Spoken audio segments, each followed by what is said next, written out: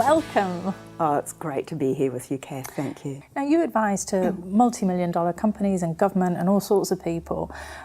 How are you influencing change? I think that one of the main things I do is I try to demystify what sustainability is and why they should do it. So a lot of companies will say, well, I don't even know what sustainability is. Yeah. It's just a buzzword, isn't it? Yeah, I kind of know what it is, but I sort of don't know what it is. Exactly. It's a concept, but we can't grasp it. Yeah. Or they might say, I don't know what sustainability would look like for my business. So I help them work that out. And then they need to work out, well, where are we in relation to that? Yeah. And then we work out, well, what will we do to get you from where you are to what sustainability might look like. So what sorts of things can businesses do with no upfront cost that will help their sustainability over time? Get data. They basically, this is where the accountants come in. I've been writing blogs for years and years and years, and you know the title of my most searched for blog? Why Accountants Are the New Cool. What? Accountants aren't cool. Just kidding. Just kidding. Goodness knows what they're Googling, but that's the one they find.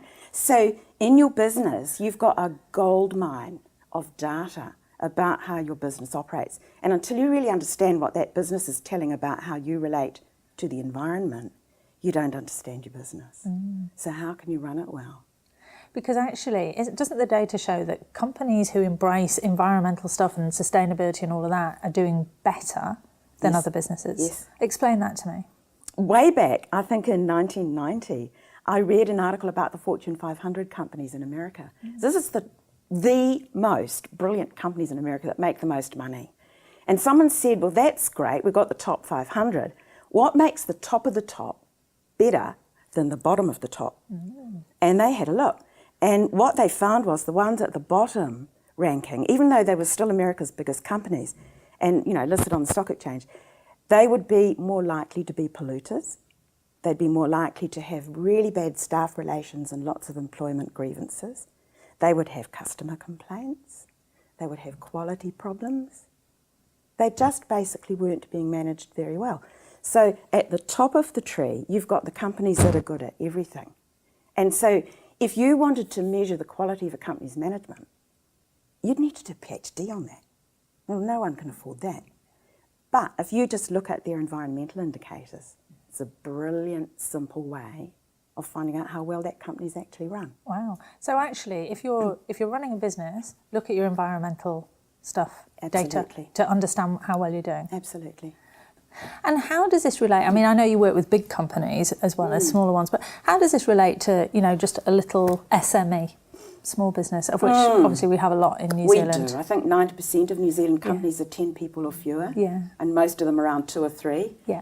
So it's mum and dad doing the GST on the kitchen table kind of company. Exactly. Yeah. So how does sustainability relate to them? Well, I was just talking with a small company. It was just a coffee table kind of a talk, and they were trying to work out what they do. So basically they've got sort of 1.5 staff, but they run lots of classes, so they've got people coming and going all the time. Yeah. So we looked at, well, they're pretty good with turning out the lights. That's a biggie. Yeah. They already had recycling in the kitchen. That's a biggie. So I said, well, what about your biscuits and your tea? So this is a not-for-profit group who want to do good in the world. So I said, well, are your biscuits fair trade? Is your coffee fair trade? So even a simple change like that can make people feel, oh yeah, we're trying to do good. Let's do business with other companies that are trying to do good. Yeah. And that you can make your purchasing choices like that. Yeah. Now you've got a book, which I love the title of, How to Change the World. Tell me what's in the book. I'm going to read it, obviously, but tell me. Cover to cover, Cass. Yeah. You bet. Bedtime tonight. I guess the short answer is, one of the case studies in that book is about a company who were running into real trouble with the environment. And they had to roll out environmental training. They were very reluctant. But they did it, and they did it very well. 4 years later, their turnover had tripled. Wow. Just from doing environmental From rolling out environmental training throughout the whole company. And the CEO couldn't understand where it came from. Yeah. But I knew. It's that Fortune 500 stuff. Right. You can't make that kind of a change in a company without involving every single person. So the book is about how to set up a successful environmental training program. Wow, fantastic. And I've got a whole model about it based on my experience. And at the heart of it is partnership. You have to work with everyone. So I've worked with groups of people where some of the people at the table could put other people at the table in jail, literally, for environmental offences. Ooh.